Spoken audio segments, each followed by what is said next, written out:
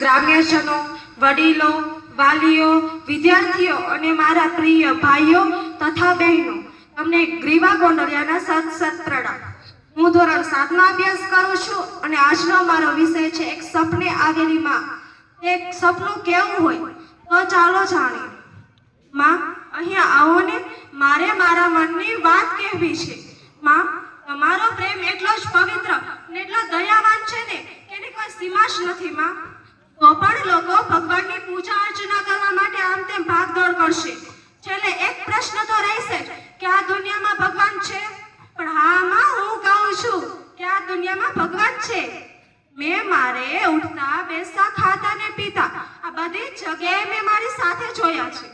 મારા દુઃખ, મારા આંસુ એ ભગવાનના ખોળામાં પાડું તે આસપાસ મળે કે નહીં, પણ માં, તમારા ખોળામાં પડેલું એક એક આંસુ આ સહન નહીં કરી શકે. માં, તમે મને 9 મહિના સુધી જન્મ આપ્યો ને, એટલે હું તમને ક્યારે નિરાશ નહીં થવા દઉં કે ક્યારે નિરાશ નહીં જોઈ શકું. માં, તમે ભગવાન, મૂર્તિમાં રહેલા ભગવાન મને ટેકો આપે કે ના આપે, કે મૂર્તિમાં રહેલા ભગવાન મને ટેકો આપે કે ના આપે, પણ માં, તમે જ છો જે મને બધી જગ્યાએ ટેકો આપો છો. પણ એક માં, તમે જ છો જે મને બધી જગ્યાએ ટેકો આપો છો.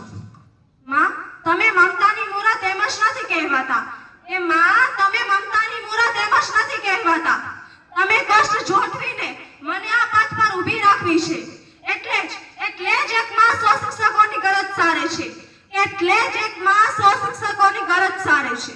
માં, તમારામાં એક દિવ્ય શક્તિ છે જે મને અંધારામાં પણ ઉજાળું કરીને આપે છે. માં, તમારા પર હું મોટા મોટા પુસ્તકો લખી નાખું, એ તમારા પર મોટા મોટા પુસ્તકો લખી નાખું તો પણ તમારું સંપૂર્ણ વર્ણન કરવા હું અસમર્થ છું. માં, તો પણ તમારું સંપૂર્ણ વર્ણન કરવા હું અસમર્થ છું.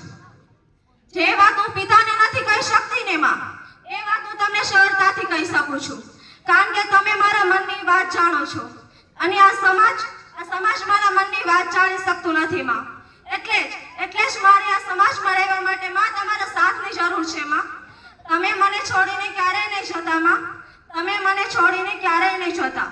માં, મારે તમારા ખોળે સૂવું છે. માં, મારે તમારા ખોળે સૂવું છે.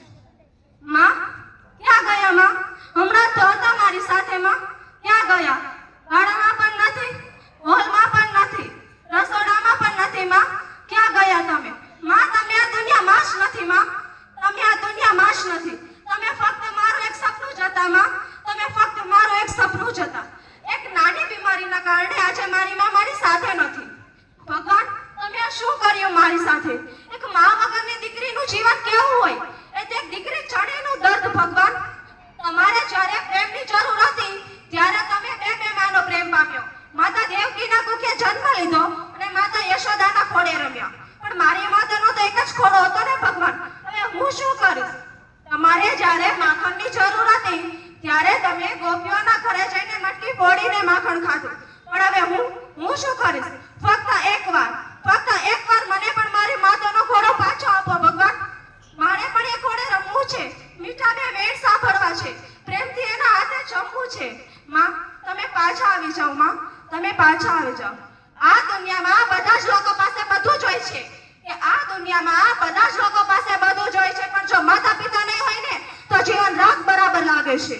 પણ જો માતા પિતા નહીં હોય ને બાળકો, તો જીવન રાગ બરાબર લાગે છે. તમને આ દુનિયામાં બધું જ મળી રહેશે, પણ માતા પિતા ફરીથી ક્યારેય નહીં મળી રહે. પણ માતા પિતા ફરીથી ક્યારેય નહીં મળી રહે. 68 તીર્થ તેના ચરણોમાં છે, કે 68 તીર્થ તેના ચરણોમાં છે. તો પછી બીજા તીર્થનું શું કરશો તમે બધા? Thank you.